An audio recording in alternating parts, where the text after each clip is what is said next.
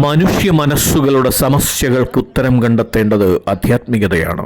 ഭൗതിക ജീവിതത്തിന്റെയും സാമൂഹ്യ വ്യവസ്ഥയുടെയും നിയന്ത്രണം ഗവൺമെന്റിന്റെ ജോലിയാണ്. എന്നാൽ മനുഷ്യരുടെ മനോവിചാരങ്ങളെ, മാനസിക സംഘർഷങ്ങളെയൊക്കെ കരുതലോടെ കാണേണ്ടത് ആധ്യാത്മികതയാണ്, ധർമ്മത്തിന്റെ വഴിയാണ്. നമ്മുടെ വഴി ധർമ്മത്തിൻ്റെതാണ്, ആധ്യാത്മികതയുടേതാണ്.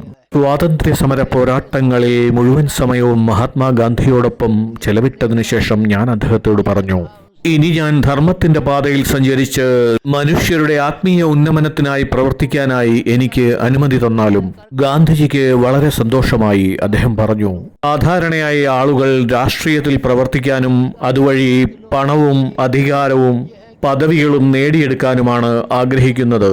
പക്ഷേ താങ്കളിതാ മനുഷ്യ മനസ്സുകളുടെ ഉന്നമനത്തിനായി പ്രവർത്തിക്കാൻ ആഗ്രഹിക്കുന്നു. ധാർമ്മികതയ്ക്കും ആധ്യാത്മികതയ്ക്കും അതിൻ്റെതായ ശക്തിയുണ്ട്. മനുഷ്യ മനസ്സുകളെ ആധ്യാത്മികതയിലേക്ക് ഉണർത്തൂ, അതുവഴി രാഷ്ട്ര പുനർനിർമ്മാണത്തിലേക്കും.